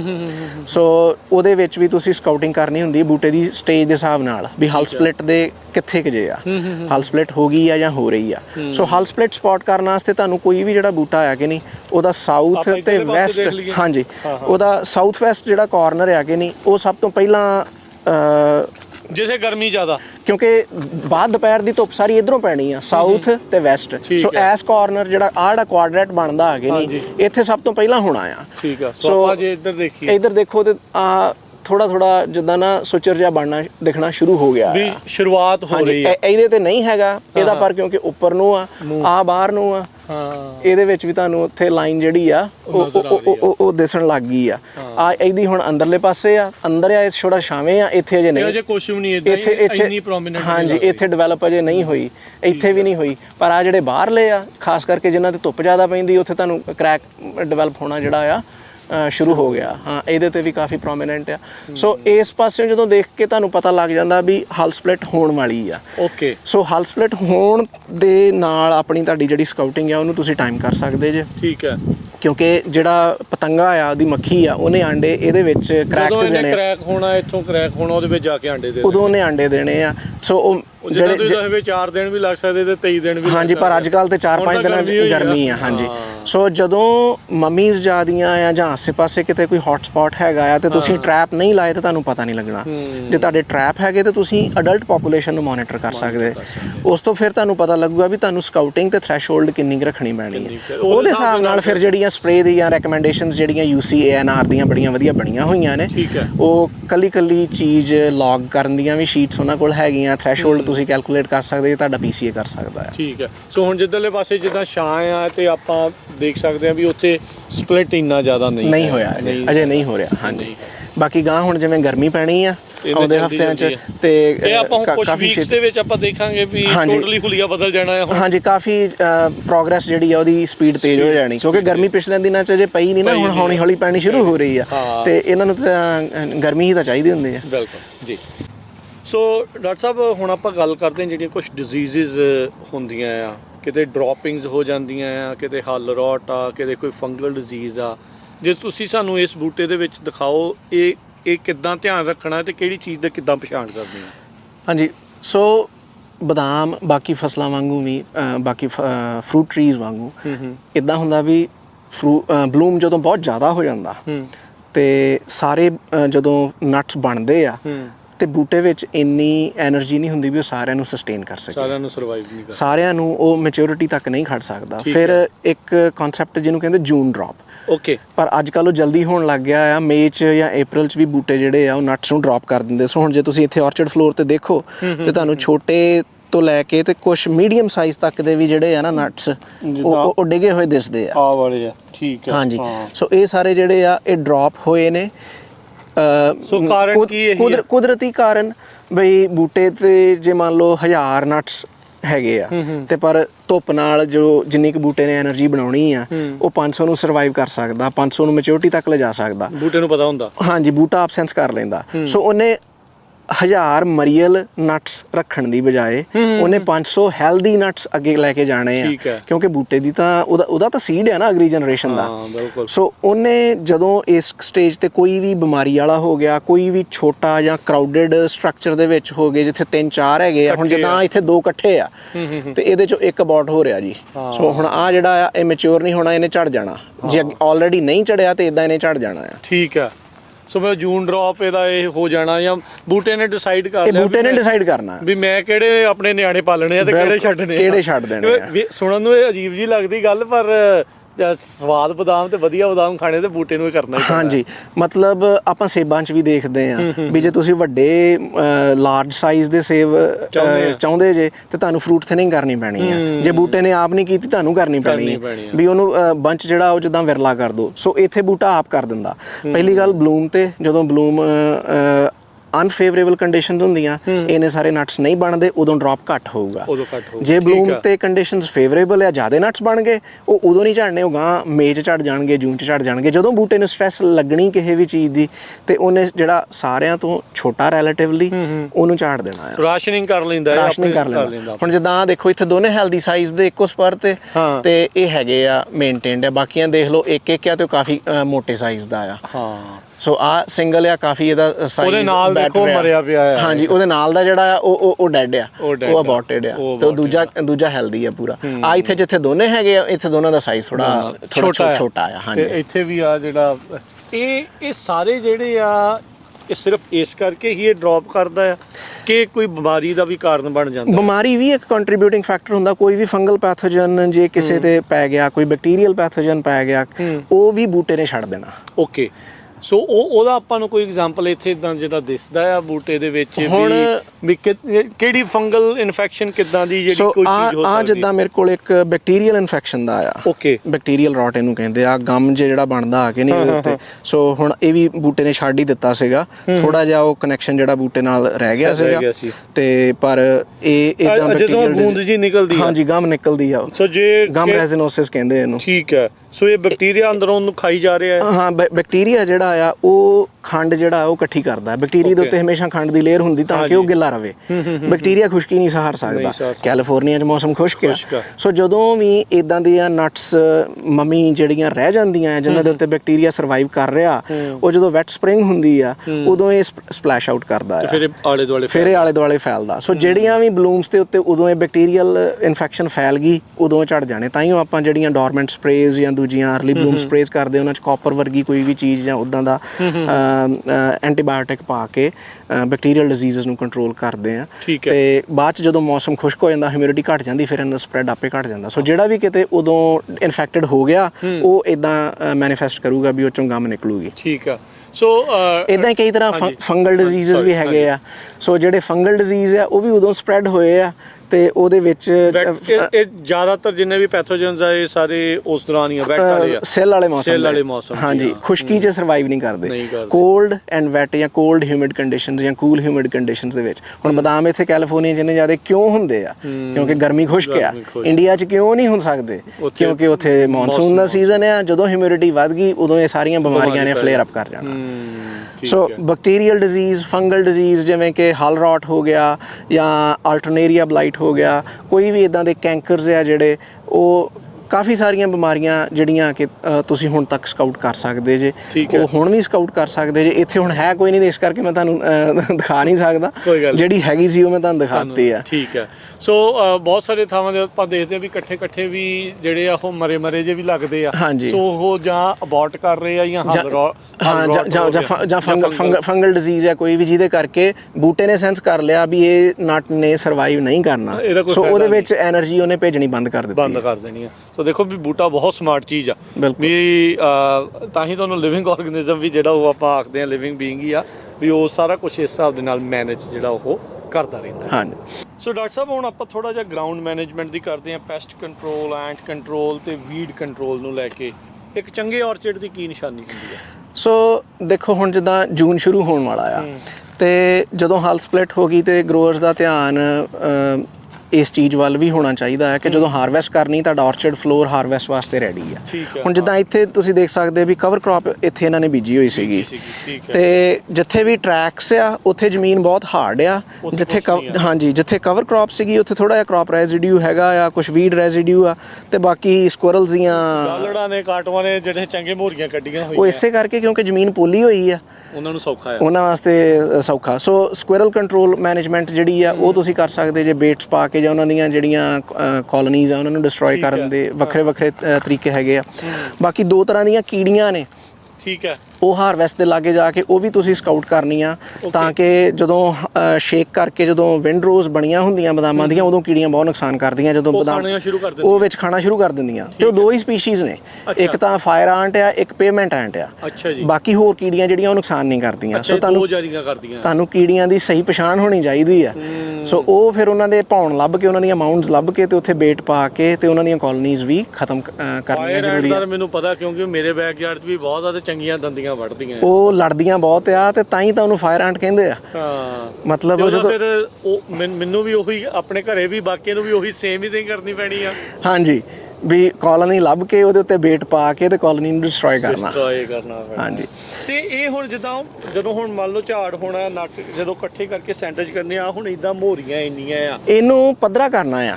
ਅੱਛਾ, ਇਸ ਤੋਂ ਬਾਅਦ ਦੇ ਵਿੱਚ ਇਹ ਅਜੇ ਹਾਰਵੈਸਟ ਤੋਂ ਪਹਿਲਾਂ ਇਹਦੀ ਜਿਹੜੀ ਪ੍ਰੈਪ ਆ ਉਹ ਹੋਣੀ ਆ, ਵੀ ਇਹਨੂੰ ਥੋੜਾ ਰੋਲ ਕਰਕੇ ਤੇ ਥੋੜਾ ਕੰਡੀਸ਼ਨ ਕਰਕੇ ਮੋਅ ਕਰਕੇ ਜਿਹੜਾ ਵੀ ਐਗਜ਼ਿਸਟਿੰਗ ਵੈਜੀਟੇਸ਼ਨ ਹੈ ਮੋਅ ਕਰਕੇ ਤੇ ਨਹੀਂ ਡਿਸਕਿੰਗ ਨਹੀਂ ਮੋਇੰਗ ਕਰਕੇ ਤੇ ਫਿਰ ਉਹਨੂੰ ਰੋਲ ਕਰਨਾ ਵੀ ਐ ਪੱਧਰਾ ਕ੍ਰਿਕਟ ਦੀ ਪਿੱਚ ਵਰਗਾ ਜਿਹੜਾ ਨਾ, ਤਾਂ ਜੋ ਬਾਅਦ ਉੱਥੋਂ ਫਿਰ ਵੈਕਿਊਮ ਕਰਨਾ ਸੌਖਾ ਹੋ ਜਾਏ, ਸ਼ੇਕ ਕਰਨੇ ਤੇ ਲਿਫਟ ਕਰਨੇ ਜਿਹੜੇ ਆ ਸੌਖੇ ਹੋ ਜਾਣ। ਇਦਾਂ ਹੀ ਵੀਡ ਮੈਨੇਜਮੈਂਟ ਆ, ਵੀਡਸ ਜਿੱਥੇ ਵੀ ਇੱਥੇ ਤਾਂ ਚਲੋ ਥੋੜੇ ਆ, ਕਈ ਆਰਚਰਡਸ ਵੀਡਸ ਬਹੁਤ ਜ਼ਿਆਦਾ ਹੁੰਦੇ ਆ। ਜਿੱਥੇ ਵੀ ਵੀਡਸ ਜ਼ਿਆਦਾ ਹੋਣ ਉੱਥੇ ਕੀੜੀਆਂ ਦੀ ਪ੍ਰੋਬਲਮ ਵੀ ਜ਼ਿਆਦਾ ਹੁੰਦੀ ਆ। ਉੱਥੇ ਜ਼ਿਆਦਾ ਹੁੰਦੀ ਹੈ ਹਾਂਜੀ, ਕਿਉਂਕਿ ਉਹਨਾਂ ਨੂੰ ਰਹਿਣ ਦੀ ਥਾਂ ਮਿਲ ਜਾਂਦੀ ਹੈ। ਉਹਨਾਂ ਨੂੰ ਰਹਿਣ ਦੀ ਥਾਂ ਮਿਲ ਜਾਂਦੀ ਹੈ, ਉਹਨਾਂ ਨੂੰ ਆਲਟਰਨੇਟਿਵ ਫੂਡ ਸੋਰਸ ਮਿਲ ਜਾਂਦਾ ਹੈ। ਸੋ ਉਹਦੇ ਵਿੱਚੋਂ ਇਹ ਛਕਦੀਆਂ ਰਹਿੰਦੀਆਂ। ਹਾਂਜੀ, ਇਹਨਾਂ ਦਾ ਫਿਰ ਮੈਨੇਜਮੈਂਟ ਸਪਰੇ ਹੀ ਆ। ਹਾਂਜੀ, ਇਹਨਾਂ ਦਾ ਸਪਰੇ ਕੰਟਰੋਲ ਹੈ ਵੀ ਜੇ ਤੁਸੀਂ ਸਪਰਿੰਗ 'ਚ ਸਪਰੇ ਕੀਤੀ ਫਿਰ ਉਹਨੂੰ ਇਵੈਲੂਏਟ ਕਰੋ ਵੀ ਜਿਹੜੀ ਚੀਜ਼ ਕਿਹੜਾ ਕੈਮੀਕਲ ਵਰਕ ਕੀਤਾ, ਕਿਹੜਾ ਨਹੀਂ ਕੀਤਾ, ਜਾਂ ਕਿਹੜੀ ਸਪੀਸ਼ੀਜ਼ ਮਰੀ, ਕਿਹੜੀ ਨਹੀਂ ਮਰੀ। ਉਸ ਹਿਸਾਬ ਨਾਲ ਅਗਲੇ ਸਾਲ ਦੀ ਆਪਣੀ ਸਟ੍ਰੈਟਜੀ ਜਿਹੜੀ ਉਹਨੂੰ ਰੀਵਿਜ਼ਿਟ ਕਰੋ। ਆਪਣੇ PCA ਦੇ ਸਿਰ ਖਾਓ ਜਾ ਕੇ, ਜਾਂ ਜਿਹਨੇ ਕੈਮੀਕਲ ਵੇਚਿਆ ਉਹਨੂੰ ਕਹੋ ਵੀ ਤੁਸੀਂ ਆਹ ਦਵਾਈ ਵੇਚੀ ਆ ਤੇ ਵੀਡ ਤਾਂ ਮਰਿਆ ਨਹੀਂ, ਕਿਉਂ ਨਹੀਂ ਮਰਿਆ। ਅਕਸਰ ਆਪਾਂ ਦੇਖਦੇ ਹਾਂ ਡਾਕਟਰ ਸਾਹਿਬ, ਜਿੱਥੇ ਪਾਣੀ ਜ਼ਿਆਦਾ ਹੁੰਦਾ ਉੱਥੇ ਫਿਰ ਇਹ ਜ਼ਿਆਦਾ ਘਾਹ ਇਦਾਂ ਦਾ ਜਾਂ ਵੀਡ ਜਿਹੜੀ ਉਹ ਜ਼ਿਆਦਾ ਹੋ ਜਾਂਦੀ ਹੈ। ਉਹ ਫਿਰ ਤੁਹਾਡਾ ਇਰੀਗੇਸ਼ਨ ਸਿਸਟਮ ਦੀ ਜਿਹੜੀ ਕੈਲੀਬ੍ਰੇਸ਼ਨ ਆ ਤੇ ਵਾਟਰ ਮੈਨੇਜਮੈਂਟ ਆ ਉਹ ਵੀ ਕ੍ਰਿਟੀਕਲ ਹੈ, ਕਿਉਂਕਿ ਜਿਹੜਾ ਪਾਣੀ ਇਸ ਵੀਡ ਨੇ ਪੀ ਲਿਆ ਉਹ ਬੂਟੇ ਦੇ ਖਾਤੇ 'ਚੋਂ ਤਾਂ ਗਿਆ ਨਾ। ਸੋ ਤੁਸੀਂ ਤੇ ਬੂਟੇ ਵਾਸਤੇ ਭੇਜਿਆ। ਬਿਲਕੁਲ। ਸੋ ਜਿਹੜੀ ਖਾਦ ਇਸ ਵੀਡ ਨੇ ਚੱਕ ਲਈ, ਜਿਹੜਾ ਪਾਣੀ ਇਹਨੇ ਪੀ ਲਿਆ ਉਹ ਤੁਹਾਡੇ ਬੂਟੇ ਦੇ ਖਾਤੇ 'ਚੋਂ ਗਿਆ। ਇਹ ਰਾਈਜ਼ੋਨਸ ਬਣਾ ਲੈਂਦੇ ਆ ਫਿਰ ਅਗਲੇ ਸਾਲ ਦੁਬਾਰਾ ਪੁੰਗਰਨ ਦੇ ਲਈ। ਸਾਰੇ ਨਹੀਂ ਕਰਦੇ, ਪਰ ਕਈ ਵੀਡਸ ਇਦਾਂ ਦੇ ਵੀ ਆ ਜਿਹਦਾ ਨਟ ਸੈਜ ਆ, ਉਹਦੇ ਥੱਲੇ ਨਟ ਹੁੰਦਾ ਆ, ਮੋਥੇ ਥੱਲੇ ਗੰਢਾਂ ਹੁੰਦੀਆਂ। ਸੋ ਉਹ ਸੀਡ ਤੋਂ ਵੀ ਪੈਦਾ ਹੁੰਦਾ ਆ, ਉਹ ਨਟਸ ਤੋਂ ਵੀ ਪੈਦਾ ਹੁੰਦਾ ਆ। ਠੀਕ ਹੈ। ਸੋ ਉਹਨੂੰ ਕੰਟਰੋਲ ਕਰਨਾ, ਜਿਹੜੇ ਵੀ ਇਦਾਂ ਦੇ ਰਾਈਜ਼ੋਮੇਟਸ ਵੀਡਸ ਹੁੰਦੇ ਉਹਨਾਂ ਨੂੰ ਕੰਟਰੋਲ ਕਰਨਾ ਥੋੜਾ ਔਖਾ ਹੁੰਦਾ। ਤੇ ਹੁਣ ਫਿਰ ਜੂਨ ਮਹੀਨੇ ਦੇ ਵਿੱਚ ਸਪਰੇ ਵੀ ਕਰਨੀ ਪੈਂਦੀ ਇਹਦੀ ਇਸ ਟਾਈਮ ਕਿ ਨਹੀਂ ਹੁਣ ਡਾਨਾ ਇਹਦਾ? ਹੁਣ ਜੇ ਮੋਇੰਗ ਤੁਸੀਂ ਕਰਨੀ ਹੈ ਫਿਰ ਤੁਸੀਂ ਸਪਰੇ ਦਾ ਖਰਚਾ ਬਚਾ ਸਕਦੇ ਹਾਂ। ਹਾਂਜੀ, ਕਿਉਂਕਿ ਹੁਣ ਤੋਂ ਜੋ ਗਰਮੀ 'ਚ ਇਹਨੇ ਹੋਣੇ ਵੀ ਨਹੀਂ, ਨਾਲੇ ਹੁਣ ਜੋ ਡੈਮੇਜ ਇਹਨਾਂ ਨੇ ਕਰਨਾ ਹੀ ਕਰ ਲਿਆ। ਓਕੇ, ਠੀਕ ਹੈ। ਹਾਂ, ਆਪਾਂ ਉਸ ਆਰਚਰਡ 'ਚ ਆ ਜਿੱਥੇ ਮੈਨੇਜਮੈਂਟ ਇੰਨੀ ਵਧੀਆ ਨਹੀਂ ਆਪਾਂ ਕੰਪੈਰੀਟਿਵਲੀ ਦੂਜੇ ਦੇ ਆ। ਸੋ ਦੱਸੋ ਇਹ ਕੀ ਚੱਲ ਰਿਹਾ ਇੱਥੇ? ਸੋ ਇਹ ਪਹਿਲਾਂ ਬਦਾਮ ਲੱਗਣ ਤੋਂ ਪਹਿਲਾਂ ਇਹ ਹੇ ਫੀਲਡ ਸੀਗਾ, ਇੱਥੇ ਗ੍ਰਾਸਸ ਗਰੋ ਕਰਦੇ ਸੀਗੇ ਹੇ ਵਾਸਤੇ। ਸੋ ਇਹ ਜਦੋਂ ਇਹਨਾਂ ਨੇ ਟ੍ਰਾਂਜੀਸ਼ਨ ਕੀਤੀ ਆ ਉਸ ਤੋਂ ਬਾਅਦ 'ਚ ਜਿਹੜੀ ਨੇਟਿਵ ਵੈਜੀਟੇਸ਼ਨ ਆ, ਤੁਸੀਂ ਦੇਖੋ ਵੀ ਜਿੱਥੇ ਰੋਜ਼ ਆ ਉੱਥੇ ਸਪਰੇ ਕਰਕੇ ਸਾਫ਼ ਕੀਤਾ ਹੋਇਆ, ਉੱਥੇ ਵੀਡਸ ਮਰੇ ਵੀ ਆ। ਬਟ ਇੰਟਰ ਰੋ ਸਪੇਸ ਤੇ ਨੇਟਿਵ ਵੈਜੀਟੇਸ਼ਨ ਜਿਹੜੀ ਕਿ ਚੰਗੀ ਚੀਜ਼ ਆ, ਗਰੋ ਕਰ ਲੈਣੀ ਚਾਹੀਦੀ ਆ। ਉੱਥੇ ਨਾਲ ਦੇ ਪਿਸਤਿਆਂ ਦੇ ਵਿੱਚ ਉਹਨਾਂ ਨੇ ਗ੍ਰਾਸ ਜਿਹੜਾ ਸੀਗਾ ਨੇਟਿਵ ਵੈਜੀਟੇਸ਼ਨ ਨੂੰ ਗਰੋ ਹੋਇਆ ਉਹਨੂੰ ਬੇਲ ਕੀਤਾ ਹੋਇਆ। ਅੱਛਾ, ਠੀਕ ਹੈ। ਸੋ ਮਲਟੀਪਲ ਕ੍ਰੌਪਿੰਗ ਅਪਰੋਚ ਹੋ ਸਕਦੀ, ਜਿੱਦਾਂ ਵੀ ਬਦਾਮ ਅਜੇ ਛੋਟੇ ਆ, ਤੁਸੀਂ ਹਾਰਵੈਸਟ ਨਹੀਂ ਕਰਨਾ, ਆਰਚਰਡ ਫਲੋਰ ਤੁਹਾਨੂੰ ਫਲੈਟ ਨਹੀਂ ਚਾਹੀਦਾ, ਤੁਸੀਂ ਇੱਕ ਸੈਕੰਡ ਕ੍ਰੌਪ ਲੈ ਸਕਦੇ ਜੇ ਤੁਹਾਡੇ ਕੋਲ ਡੇਰੀ ਆ, ਜੋ ਜੇ ਤੁਸੀਂ ਲੈਗਿਊਮਸ ਵਿੱਚ ਇਨਕਲੂਡ ਕੀਤੇ ਆ।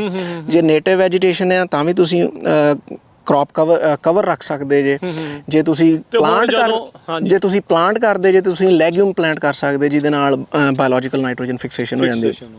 ਹੁਣ ਇੱਥੇ ਕੀ ਕਰਨਾ ਹੈ ਵੀ ਹਾਰਵੈਸਟ ਤੋਂ ਪਹਿਲਾਂ ਜਦੋਂ ਆਰਚਰਡ ਫਲੋਰ ਪ੍ਰੈਪਰੇਸ਼ਨ ਕਰਨੀ, ਇਹਨੂੰ ਮੋਅ ਕਰਕੇ ਤੇ ਰੋਲ ਕਰ ਦੇਣਾ। ਸੋ ਜਦੋਂ ਵੀ ਇਹਨਾਂ ਨੇ ਹਾਰਵੈਸਟ ਦਾ ਡਿਸੀਜਨ, ਹਾਂਜੀ, ਜਦੋਂ ਹਾਰਵੈਸਟ ਦੇ ਟਾਈਮ ਜਿਵੇਂ ਨੇੜੇ ਆਉਣਾ ਆ ਤਿਵੇਂ ਇਹਨੂੰ ਮੋਅ ਕਰਕੇ। ਪਰ ਇਹ ਆਪਾਂ ਦੇਖਿਆ ਵੀ ਜਿਹੜੀਆਂ ਵੱਟਾਂ ਦੇ ਉੱਤੇ ਉਹਨਾਂ ਨੇ ਪੂਰੀ ਸਫਾਈ ਮੈਨੇਜਮੈਂਟ ਜਿਹੜੀ ਉਹ ਕੀਤੀ। ਵੱਟਾਂ ਤੇ ਪੂਰੀ ਸਫਾਈ ਆ, ਪਰ ਇੰਟਰ ਰੋ ਸਪੇਸ ਖਾਲੀ ਰਹਿਣ ਨਾਲੋਂ ਕੁਛ ਨਾ ਕੁਛ ਇੱਥੇ ਉੱਗਦਾ ਜਿਹੜਾ ਉਹ ਚੰਗਾ ਆ, ਉਹ ਚੰਗੀ ਚੀਜ਼ ਆ। ਹਾਂਜੀ ਡਾਕਟਰ ਸਾਹਿਬ, ਜਦੋਂ ਆਪਾਂ ਮੈਨੇਜਮੈਂਟ ਦੀ ਗੱਲ ਕਰਦੇ ਆ, ਜਿਹੜੀ ਗ੍ਰਾਫਟਿੰਗ ਦੇ ਥੱਲੋਂ ਉੱਗ ਰਹੇ ਆ ਜਿਹੜੇ ਵਾਟਰ ਸ਼ੂਟਸ ਆ, ਇਹਦਾ ਫਿਰ ਕੀ ਇਹਨੂੰ ਆਪਾਂ ਕਿੱਦਾਂ ਦੇਖਣਾ ਹੈ, ਕੀ ਕਰਨਾ ਹੈ ਇਹਦਾ?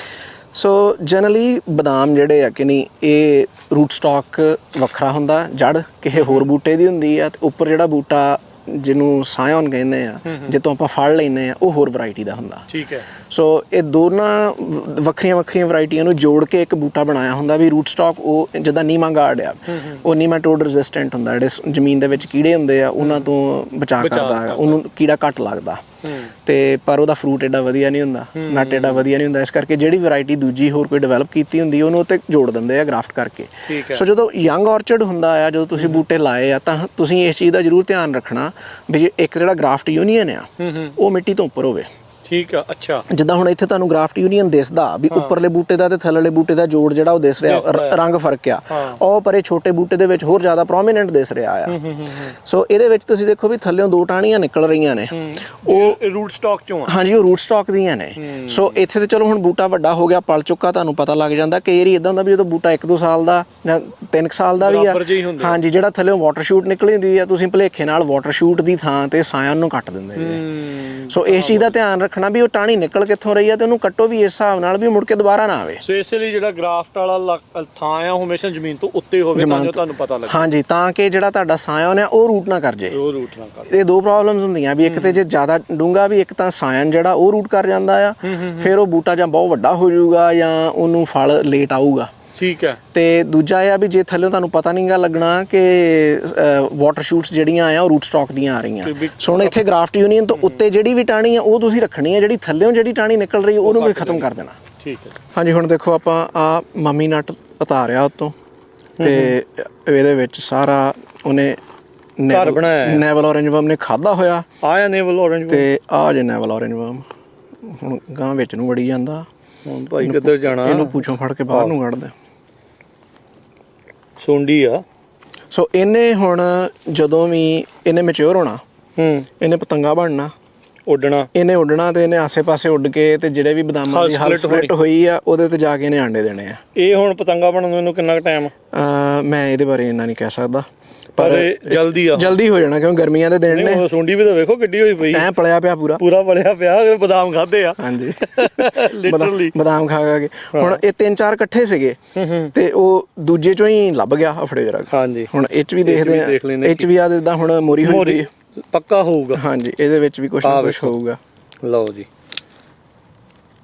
ਦੇਖਦੇ ਹੀ ਪਤਾ ਹੀ ਲੱਗਦਾ ਹੈ। ਇਹਦੇ ਚ ਹੁਣ ਆ ਜਿੱਦਾਂ ਨਾ ਕਾਟਨੀ ਜਿਹਾ, ਇਹ ਪਿਊਪਾ। ਹਾਂ ਆਹ ਵੇਖੋ, ਆ ਛੋਟਾ ਜਿਹਾ। ਹਾਂਜੀ, ਸੋ ਇਹ ਖਾ ਕੇ ਤੇ ਮੋਲਟ ਕਰ ਗਿਆ ਅੰਦਰ ਜਿੱਦਾਂ, ਤੇ ਇਹ ਪਿਊਪੇਟ ਕਰ ਗਿਆ ਸੀਗਾ। ਸੋ ਹੋ ਸਕਦਾ ਇਹ ਚੋਂ ਉੱਡ ਗਿਆ ਹੋਵੇ। ਅੱਛਾ, ਵਿੱਚੋਂ ਨਿਕਲ ਵੀ ਗਿਆ ਹੋਊਗਾ। ਮੈਂ ਉਹ ਦੇਖਣ ਦੀ ਕੋਸ਼ਿਸ਼ ਕਰਦਾ ਕਿਉਂਕਿ ਜਨਰਲੀ ਆ ਜੇ ਪਿਊਪਾ। ਸੋ ਇਹਨੇ ਆ ਬਣਨਾ ਬਾਅਦ ਚ, ਇਹਦੀ ਨੈਕਸਟ ਸਟੇਜ ਇਹ ਆ ਨਾ, ਇਹਨੇ ਆ ਬਣਨਾ। ਅੱਛਾ, ਆ ਫਸਟ ਸਟੇਜ ਆ, ਸੈਕੰਡ ਸਟੇਜ। ਇਸ ਤੋਂ ਬਾਅਦ ਇਹਨੇ ਡਾਰੀ ਮਾਰਨੀ ਜੇ। ਇਹ ਹੁਣ ਤਿਆਰੀ ਹੋਈ ਸੀਗੀ ਇਹਦੀ ਤਿਆਰੀ ਹੋਈ ਸੀ ਵੀ ਇਹਨੇ ਡਾਰੀ ਮਾਰ ਕੇ ਤੇ ਜਿਹਦਾ ਮੈਟਾਮੋਰਫਿਜ਼ਮ ਆਪਾਂ ਦੇਖਦੇ ਆ ਨਾ, ਥੱਲੇ ਡਿੱਪਿਆ। ਚਲੋ ਕੋਈ ਨਹੀਂ, ਇਹ ਹੁਣ ਬਚਾ ਲਓ। ਉਹ ਲੈ,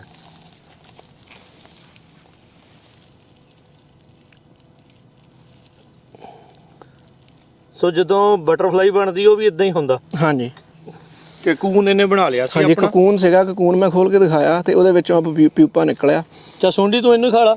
ਉਹਨੇ ਖਾਣਾ ਨਹੀਂ, ਉਹਦੀ ਆਪਣੀ। ਸੋ ਇਸ ਪਿਊਪੇ ਨੇ ਪਤੰਗਾ ਬਣਨਾ ਤੇ ਇਹਨੇ ਪਤੰਗੇ ਨੇ ਹੋਰ ਥੋੜੇ ਦਿਨਾਂ ਚ ਉੱਡ ਕੇ ਤੇ ਜਿੰਨੇ ਵੀ ਹਲ ਸਪਲਿਟ ਹੋ ਰਹੀ ਉਹਨਾਂ ਜਾ ਕੇ ਆਂਡੇ ਦੇਣੇ। ਇਹ ਹੁਣ ਆਪਾਂ ਉਹ ਆਰਚਰਡ ਦੇ ਵਿੱਚ ਆ ਡਾਕਟਰ ਸਾਹਿਬ ਜਿੱਥੇ ਲੱਗਦਾ ਇਦਾਂ ਵੀ ਮਮੀ ਸ਼ੇਕ। ਇੱਥੇ ਮਮੀ ਸ਼ੇਕ ਨਹੀਂ ਹੋਇਆ ਕਿਉਂਕਿ ਆਰਚਰਡ ਛੋਟਾ ਜੇ, ਕਿਉਂਕਿ ਇਹਨਾਂ ਨੇ ਝਾੜਿਆ ਨਹੀਂ।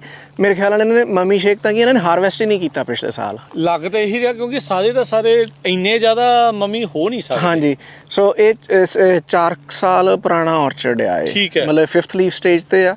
ਸੋ ਐਰਕੀ ਜਿੱਦਾਂ ਫਰੂਟ ਲੋਡ ਤੇ ਕਾਫੀ ਆ, ਗਰੋਥ ਵੀ ਚੰਗੀ ਹੋਈ ਆ। ਪਰ ਪਿਛਲੇ ਸਾਲ ਜਿਹੜਾ ਉਹ ਸ਼ੇਕ ਨਹੀਂ ਕੀਤਾ ਤੇ ਉਹਦੇ ਕਰਕੇ ਸਾਰਾ ਓਵਰ। ਹੁਣ ਇਹ ਪਰ ਇਹ ਇਸ ਪਰ ਅਸਰ ਨਾ ਪਊ ਬਹੁਤ। ਇਹਦਾ ਪੈ ਸਕਦਾ ਕਾਫੀ। ਆਲੇ ਦੁਆਲੇ ਜਿੱਦਾਂ ਹੁਣ ਇਹ ਤੁਹਾਡੇ ਇੱਕ ਨਹੀਂ ਕਿੰਨੇ ਆ ਜਿਹੜੀ ਯੂਨੀਵਰਸਿਟੀ ਦੇ ਤਕਰੀਬਨ 1000 ਏਕੜ ਚ ਕੀਤੀ ਆ। ਮਤਲਬ ਇੱਥੋਂ ਕ੍ਰਾਸ ਉਹ ਦੂਜਾ ਆਰਚਰਡ ਆ। ਸੋ ਇਹ ਉੱਡ ਕੇ ਇੱਥੇ ਵੀ ਆਂਡੇ ਦੇਊਗਾ, ਉੱਥੇ ਵੀ ਆਂਡੇ ਦੇ ਸਕਦਾ। ਸੋ ਹੁਣ ਇੱਥੇ ਇੱਕ ਬੂਟੇ ਨਾਲ ਕਲਸਟਰ ਸੀਗਾ। ਪਹਿਲੇ ਬੂਟੇ ਨੂੰ ਮੈਂ ਹੱਥ ਲਾਇਆ, ਉਤੋਂ ਨਹੀਂ ਲੱਭਾ, ਦੂਜੇ ਤੋਂ ਲੱਭ ਗਿਆ। ਉਹ ਚੋਂ ਤਾਂ ਬਦਾਮ ਖਾ ਵੀ ਲਏ। ਹਾਂਜੀ, ਤੇ ਉਹਦੇ ਚੋਂ ਲੱਭ ਗਿਆ। ਸੋ ਹੁਣ ਸਾਨੂੰ ਨਹੀਂ ਪਤਾ ਵੀ ਕਿੰਨਿਆਂ ਦੇ ਵਿੱਚ ਇਹ ਲੁਕਿਆ ਆ। ਆਪਾਂ 2 ਜਿਹੜੇ ਇੱਥੋਂ ਤੋੜੇ, ਦੋਨਾਂ ਚੀਜ਼ ਨਿਕਲੇ। ਇੱਕ ਚੋਂ ਸੁੰਡੀ ਨਿਕਲੀ, ਇੱਕ ਚੋਂ ਪਿਊਪਾ ਨਿਕਲਿਆ। ਤਕਰੀਬ ਦਾ ਤੀਜੇ ਚੋਂ ਫਲਾਈ ਨਿਕਲ ਆਉਂਦੀ ਜਾਂ ਉਹ ਹੋਰ ਥੋੜੇ ਦਿਨਾਂ ਤੱਕ ਉੱਡਣ ਨੂੰ ਤਿਆਰ ਹੋਣੀ ਹੈ। ਸੋ ਇਹ ਇਸ ਲਈ ਡਾਕਟਰ ਸਾਹਿਬ ਸੈਨੀਟੇਸ਼ਨ ਬਹੁਤ ਜ਼ਰੂਰੀ ਹੈ। ਇਹ ਜਿਹੜੀ ਫੀਲਡ ਸੈਨੀਟੇਸ਼ਨ ਹੈ ਕਿ ਨਹੀਂ, ਇਹ ਕਾਫੀ ਇਸ ਚੀਜ਼ ਦੀ ਇੰਪੋਰਟੈਂਸ ਹੈ ਕਿਉਂਕਿ ਇਹਦੇ ਨਾਲ ਤੁਹਾਡਾ ਜਿਹੜਾ ਪ੍ਰੈਸ਼ਰ ਹੈ ਕਿ ਨਹੀਂ ਉਹ ਕਾਫੀ ਘਟ ਜਾਂਦਾ। ਸੋ ਇਹ ਜਿਹੜਾ ਆਪਾਂ ਮਮੀ ਨਟ ਲਾਇਆ ਆ, ਇਹਦੇ ਵਿੱਚ ਨਟ ਵੀ ਪੂਰਾ ਆ ਤਕਰੀਬਨ, ਪਰ ਨਟ ਦੀ ਨਾ ਸ਼ੇਪ ਸਹੀ ਨਹੀਂ ਗਈ, ਇਸ ਲਈ ਉਹਨੇ ਡ੍ਰੌਪ ਨਹੀਂ ਕੀਤਾ। ਉਹ ਸਟਿਕ ਕਰ ਗਿਆ। ਠੀਕ ਆ। ਹਾਂ, ਸ਼ੇਪ ਸਹੀ ਨਾ ਹੋਣ ਕਰਕੇ ਬਣਿਆ ਜ਼ਰੂਰ ਹੈ, ਪਰ ਜਿੱਦਾਂ ਬਾਅਦ ਚ ਆਣ ਕੇ ਕੋਈ ਪ੍ਰੋਬਲਮ ਹੋਈ ਜਿਹਦੇ ਕਰਕੇ ਬਣਿਆ ਨਹੀਂ ਸਹੀ, ਸੋ ਇਹ ਸਟਿਕ ਕਰ ਗਿਆ ਬੂਟੇ ਦੇ ਨਾਲ ਤੇ ਝੜਿਆ ਨਹੀਂ ਹੈ। ਸੋ ਇਹ ਹੁਣ ਆਉਣ ਵਾਲੇ ਸੀਜ਼ਨ ਦੇ ਲਈ ਇਹ ਖਤਰਨਾਕ ਚੀਜ਼ ਹੈ ਇਸ ਵੇਲੇ ਤਾਂ ਹੁਣ ਕੁਛ ਨਹੀਂ, ਕਿਉਂਕਿ ਇਹਦੇ ਵਿੱਚ ਕੋਈ ਕੀੜਾ ਨਹੀਂਗਾ। ਠੀਕ ਹੈ। ਪਰ ਜੇ ਮੰਨ ਲਓ ਇਹਦੇ ਵਿੱਚ ਜਿੱਦਾਂ ਵਰਮ ਨਿਕਲਦਾ ਆ ਕੋਈ, ਹੁਣ ਜਿਵੇਂ ਸਾਫ਼ ਹੀ ਆ, ਹਾਂ, ਪਰ ਜੇ ਇਹਦੇ ਵਿੱਚ ਕੋਈ ਕੀੜੇ ਦੀ ਰਹਿੰਦ ਖੂੰਹਦ ਸਾਨੂੰ ਲੱਭ ਜਾਂਦੀ ਤੇ ਫਿਰ ਉਹ ਬਰੀਡਿੰਗ ਗਰਾਊਂਡ ਬਣ ਜਾਣੀ ਸੀਗੀ। ਸੋ ਅੱਜ ਆਪਾਂ ਡਾਕਟਰ ਰਿਆੜ ਹੋਣਾ ਦੇ ਨਾਲ ਗੱਲਬਾਤ ਕੀਤੀ ਫਰੈਜ਼ਨੋ ਸਟੇਟ ਯੂਨੀਵਰਸਿਟੀ ਦੇ ਆਰਚਰਡਸ ਦੇ ਵਿੱਚ ਆਏ ਬਦਾਮਾਂ ਦੇ ਮਈ ਜੂਨ ਮਹੀਨਾ ਜਿਹੜਾ ਇਹ ਚੱਲ ਰਿਹਾ ਹੈ ਉਸ ਦੇ ਵਿੱਚ ਕੀ ਕੀ ਕਰਨਾ ਆ ਜਾਂ ਕੀ ਆਪਾਂ ਦੇਖਣਾ ਆ, ਕਿੱਦਾਂ ਧਿਆਨ ਦੇਣਾ ਆ, ਉਸ ਦੇ ਲਈ ਡਾਕਟਰ ਸਾਹਿਬ ਨਾਲ ਗੱਲਬਾਤ ਕੀਤੀ। ਸੋ ਡਾਕਟਰ ਸਾਹਿਬ ਜੇ ਜਾਂਦੇ ਬਰੀਫਲੀ ਜੇ ਤੁਸੀਂ ਕੁਝ ਪੁਆਇੰਟਸ ਜਿਹੜੇ ਉਹ ਤੁਸੀਂ ਸ਼ੇਅਰ ਕਰਨਾ ਚਾਹੁੰਦੇ ਹੋ। ਮੈਂ ਸਾਰੇ ਕੈਲੀਫੋਰਨੀਆ ਦੇ ਆਲਮੰਡ ਗਰੋਅਰਸ ਨੂੰ ਇਹੀ ਅਪੀਲ ਕਰੂੰਗਾ ਕਿ ਆਪਣੇ ਖੇਤਾਂ ਦਾ ਧਿਆਨ ਰੱਖੋ ਜੀ। ਖੇਤਾਂ 'ਚ ਜਾਓ, ਖੇਤਾਂ ਦਾ ਸਕਾਊਟ ਕਰੋ। ਜੇ ਆਪ ਨਹੀਂ ਕਰ ਸਕਦੇ ਤਾਂ ਕਿਸੇ ਤੋਂ ਕਰਵਾਓ, ਤੇ ਜੇ ਕੋਈ ਕਰਕੇ ਵੀ ਦੇ ਰਿਹਾ ਤੇ ਉਹਦੇ ਵੀ on top of the things ਰਹੋ, ਤਾਂ ਕਿ ਤੁਹਾਨੂੰ ਪਤਾ ਰਹੇ ਕਿ ਤੁਹਾਡੇ ਬਦਾਮਾਂ ਦੇ ਵਿੱਚ ਚੱਲ ਕੀ ਰਿਹਾ, ਤੇ ਜਿਹੜੀ ਵੀ ਉਸ ਹਿਸਾਬ ਨਾਲ ਬਣਦੀ ਰეკਮੈਂਡੇਸ਼ਨ ਆ UCANR ਦੀ, ਉਹਨੂੰ ਫੋਲੋ ਕੀਤਾ ਜਾਵੇ ਤਾਂ ਕਿ ਤੁਸੀਂ ਆਪਣੇ ਖਰਚੇ ਘਟਾ ਸਕੋ ਤੇ ਆਪਣਾ ਜਿਹੜਾ ਝਾੜ ਆ ਉਹਨੂੰ ਮੇਨਟੇਨ ਕਰ ਸਕੋ। ਸੋ ਅੱਜ ਦੀ ਗੱਲਬਾਤ ਦੇ ਵਿੱਚ ਤੁਸੀਂ ਦੇਖਿਆ ਸੈਨੀਟੇਸ਼ਨ ਨੂੰ ਲੈ ਕੇ, ਆਰਚਰਡ ਦੀ ਮੈਨੇਜਮੈਂਟ ਨੂੰ ਲੈ ਕੇ ਕੀ ਬਿਮਾਰੀਆਂ ਲੱਗ ਸਕਦੀਆਂ ਆ, ਮਮੀ ਸ਼ੇਕਿੰਗ ਆ ਉਹ ਕਿਉਂ ਜ਼ਰੂਰੀ ਆ, ਕਿੱਦਾਂ ਦੀਆਂ ਚੀਜ਼ਾਂ ਮਮੀ ਨਟਸ ਦੇ ਵਿੱਚ ਹੋ ਸਕਦੀਆਂ ਆ, ਵਾਟਰ ਸ਼ੂਟਸ ਆ, ਉਹ ਸਾਰੀਆਂ ਚੀਜ਼ਾਂ ਜਿਹੜੀਆਂ ਤੁਹਾਨੂੰ ਦੱਸੀਆਂ। ਇਹ ਸੀਰੀਜ਼ ਇੱਦਾਂ ਹੀ ਜਿਹੜੀ ਆ ਕੰਟੀਨਿਊ ਰੱਖਾਂਗੇ, ਹੋਰ ਵੀ ਖੇਤਾਂ ਦੇ ਵਿੱਚ ਜਾ ਕੇ ਤੁਹਾਨੂੰ ਇਹ ਚੀਜ਼ਾਂ ਜਿਹੜੀਆਂ ਦਿਖਾਉਂਦੇ ਰਵਾਂਗੇ। ਪਲੀਜ਼ ਤੁਸੀਂ Punjabi radio USA, Punjabi TV USA ਨੂੰ ਸਬਸਕ੍ਰਾਈਬ ਤੇ ਫੋਲੋ ਕਰੋ ਤੇ ਜੁੜੇ ਰਹੋ ਇੱਦਾਂ।